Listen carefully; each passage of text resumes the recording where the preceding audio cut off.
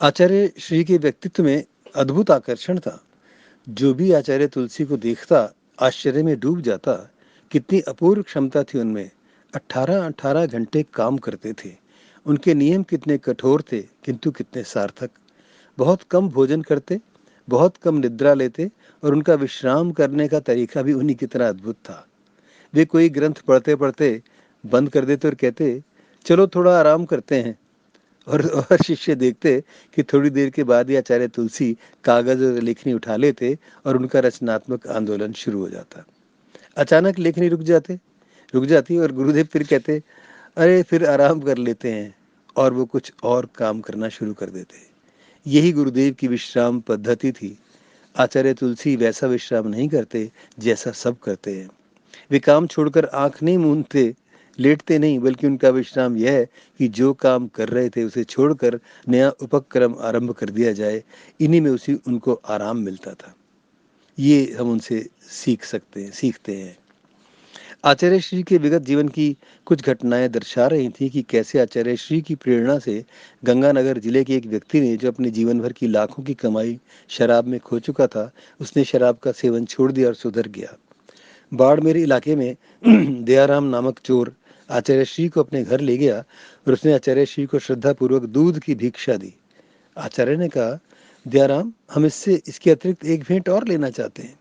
जरूर गुरुदेव, देने योग्य हुआ तो अवश्य दूंगा। तुलसी मुख से एक आवाज गूंजी। ये देखिए कितनी महत्वपूर्ण बात उन्होंने की। तुलसी जी के मुख से एक आवाज गूंजी, हमें अपनी एक बुराई की भेंट दे दो। दयाराम समझ गया। विनय पूर्वक बोला, आपका वचन पूरा करूंगा गुरुदेव।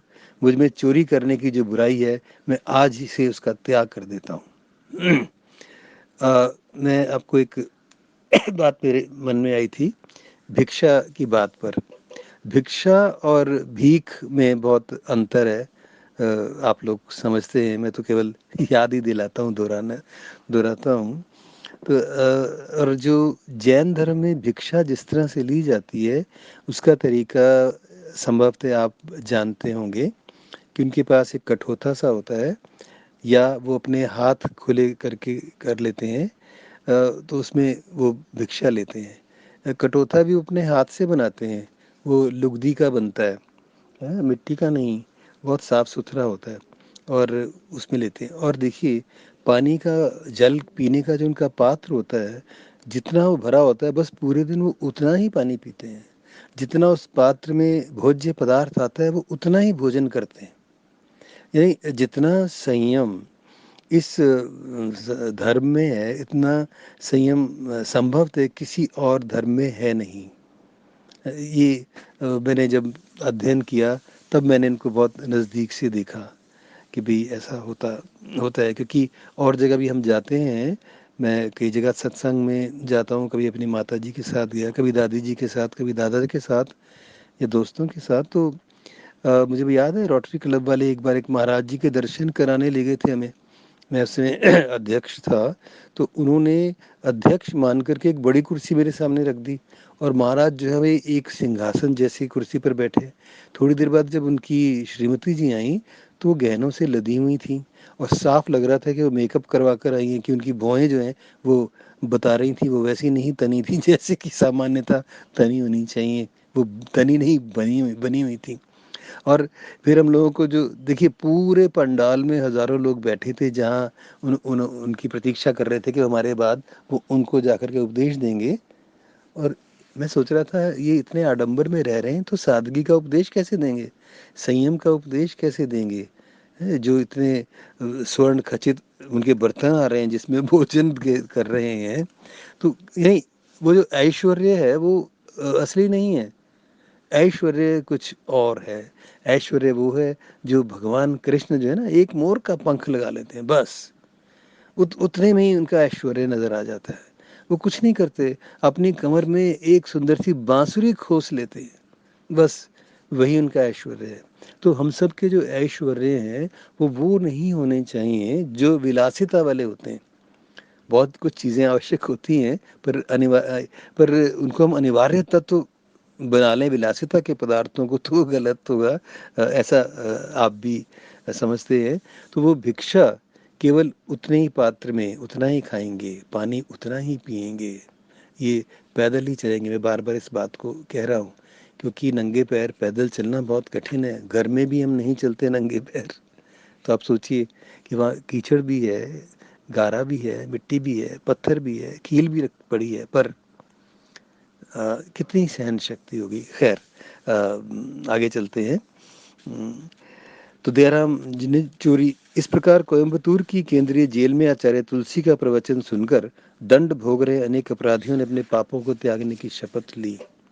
आचार्य श्री का प्रभाव इतना व्यापक था कि जेल के कई अधिकारियों ने उनके सामने शपथ ली कि वे दुर्व्यवहार नहीं करेंगे, और इसका पालन उन्होंने किया भी। अब मैं आपको एक दूसरे इसके एपिसोड की तरफ लेके चलता हूँ। आचार्य तुलसी आसन पर विराजमान किसी गहरे चिंतन में व्यस्त थे। मुनि नथमल जी समीप ही बैठे कुछ लिख रहे थे। दोनों ही तल्लीन थे। हठात मुनि नथमल की दृष्टि आचार्य श्री के गंभीर मुखमंडल पर पड़ी। वे कुछ गहरा सोच रहे थे। जैसे ही दोनों की दृष्टि मिली, मुनि नथमल जी ने पूछा, किस गंभीर चिंतन में है गुरुदेव? नथमल जी, मैं सोच रहा था कि क्या पाया है और क्या अभी पाना है। अर्थात आप सिंहावलोकन कर रहे थे? मुनिश्री ने मुस्कुराते हुए पूछा। नहीं, मैं सिंह नहीं हूँ जो जंगल में जब कभी पीछे मुड़कर देखता है यानी अवलोकन करता है तो जंगल में एक घनी चुप्पी छा जाती है। मैं एक छोटा सा साधक ही हूँ। साधना को और ऊंचा कैसे उठाऊं, इसी पर विचार कर रहा हूँ। क्षमा करें गुरुदेव, धर्म संघ के सिंह तो आप ही हैं।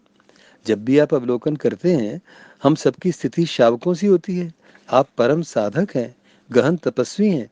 क्या जान सकता हूँ आप क्या नया विचार कर रहे हैं? एक गहरी सांस लेकर आचार्य श्री बोले, नथमल जी, मैंने अपने जीवन के लिए 7 कर्म क्षेत्र विशेष रूप से चुने थे। ये मैंने मुझे लग रहा है कि ये हमने उस दिन बीच में से बता दिया था। चलिए सिर्फ इन 7 कर्मों को दोहरा लेते हैं, फिर कहीं और आगे चलते हैं। जिनमें साधना प्रथम स्थान पर है, उसके बाद शिक्षा, फिर शोध, तत्पश्चात संस्कृति, फिर सेवा, और उसके बाद साहित्य, और अंतिम है समन्वय। हाँ, नहीं, मुझे याद आया कि कनाडा से शैलजा सक्सेना जी ने पूछा था कि ये 7 कर्म कौन से हैं, तब मैंने उनको लिख करके भेजा था। ये यहाँ प्रसंग में आए हैं, मैं वो सुना रहा हूँ। आप फिर सुन लीजिएगा कि मैंने अपने जीवन के लिए 7 कर्म क्षेत्र विशेष रूप से चुने थे, जिनमें साधना प्रथम स्थान पर, उसके बाद शिक्षा, फिर शोध, तत्पश्चात संस्कृति, फिर सेवा, फिर साहित्य, और अंत में समन्वय। मैं सोच रहा हूँ कि मुझे मुझे मेरे से क्या क्या छूट गया। मुनि नथमल ने प्रशंसा भरी नजरों से आचार्य को देखते हुए कहा, आप तो सभी जगह सफल सिद्ध हुए हैं। आपकी साधना अभिनंदनीय है। शिक्षा के क्षेत्र में आप एक श्रेष्ठ विद्यार्थी और एक अति श्रेष्ठ अध्यापक के रूप में प्रशंसित हो चुके हैं। जहाँ तक शोध कार्यों का संबंध है, आपने आगम संपादन में मेरे जैसे कई व्यक्तियों को संबद्ध कर दिया है। साध्वी कनक प्रभा आपके ग्रंथों का शोध संपादन कर रही हैं। गुरुदेव, आपके अपने ग्रंथ 100 की संख्या के पास पहुंच चुके हैं। रही बात संस्कृति, सेवा और समन्वय की, आप बस बस बस नथमल जी, राष्ट्र में संस्कृति का विकृत रूप अब संस्कृति के रूप में चारों ओर दिखाई देने लगा है। इस समय एक गहरे समन्वय की आवश्यकता है। मेरी चिंता मूल रूप से इसी समन्वय के रास्तों की खोज की है। तो ये देखिए, जो ऐसे लोग होते हैं जो तपस्वी होते हैं, उनका ध्यान केवल अपने ही उत्थान पर नहीं होता। प्राय जिन जिनको हम साधारण रूप में तपश्चर्या करते देखते हैं, वो तो खुद ही अपना ही ज्ञान अर्जन करके अपने व्यक्तित्व को, अपनी आत्मा को बलवती बना रहे होते हैं। किंतु जो आचार्य तुलसी जैसे होते हैं, वो समन्वय करते हैं। समन्वय कितनी बड़ी चीज़ है। देखिए, इतना बड़ा श्रेय जाता है उनको कि आप सबको याद होगा कि जब पंजाब में भिंडरावाला का जो किस्सा था, बहुत चल रहा था, और उसके बाद जो पंजाब में आतंकवाद बढ़ रहा था और आतंकवादी कम नहीं हो रहे थे, बढ़ते ही जा रहे थे, दूसरे देशों से भी आयातित हो रहे थे, कैसे कैसे उन्होंने वेश धारण किए थे, कितना जुल्म हो रहा था। उन दिनों में मैं एक बार चंडीगढ़ गया था, तो मैं हैरान रह गया क्योंकि बस स्टैंड सूना पड़ा था। कहीं कोई रिक्शा वगैरह नहीं थी। पैदल में चल पड़ा। थोड़ी देर में अंधकार हो गया तो डर लगने लगा, और जगह जगह जो सैनिकों ने, पुलिस ने वो आड़ बना रखी थी, उसका नाम भूल रहा हूँ क्या बोलते हैं, जब अगर कोई अटैक हो या कुछ हो तो तुरंत वो बंदूकें तान लगे, वो सारे उन्होंने बना रखे थे। अजीब सा समय था।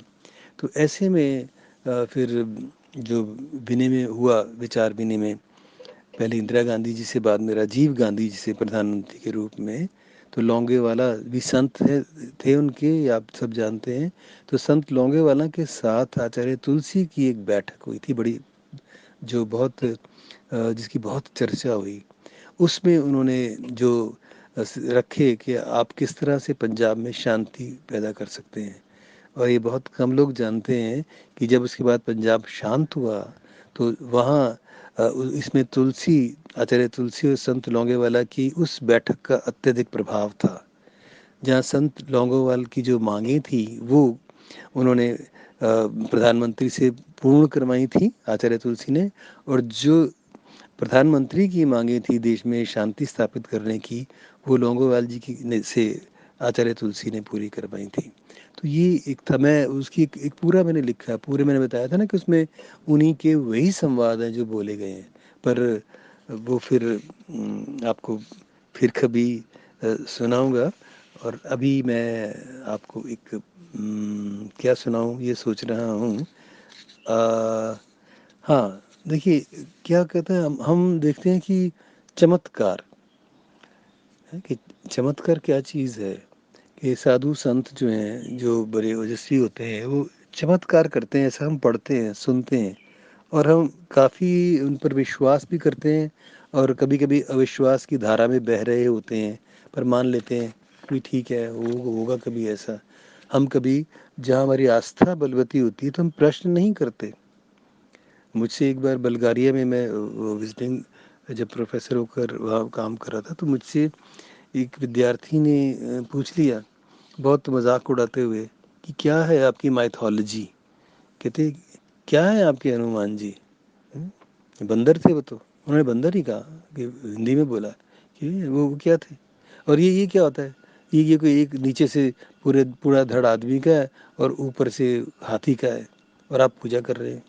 ये क्या है, एक नंग धड़ंग आदमी है, वो सांड की सवारी कर रहा है, उसके साथ बड़े अजीब अजीब से लोग जा रहे हैं, आप कह रहे हैं ये हमारा आदि देवता है। वो उनके ऊपर बात कर रहे थे। तो माइथोलॉजी में वो जो चमत्कार होते हैं ना, कैसे उसकी उनके पीछे कथाएं होती हैं।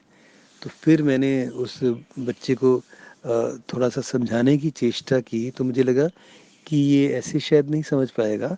तो मैंने उनकी माइथोलॉजी में से उसी तरह के उदाहरण लिए, उसी तरह के मिथकीय देवी देवताओं पुरुषों के, कि देखो ये अग्नि लाया था, ये कैसा था।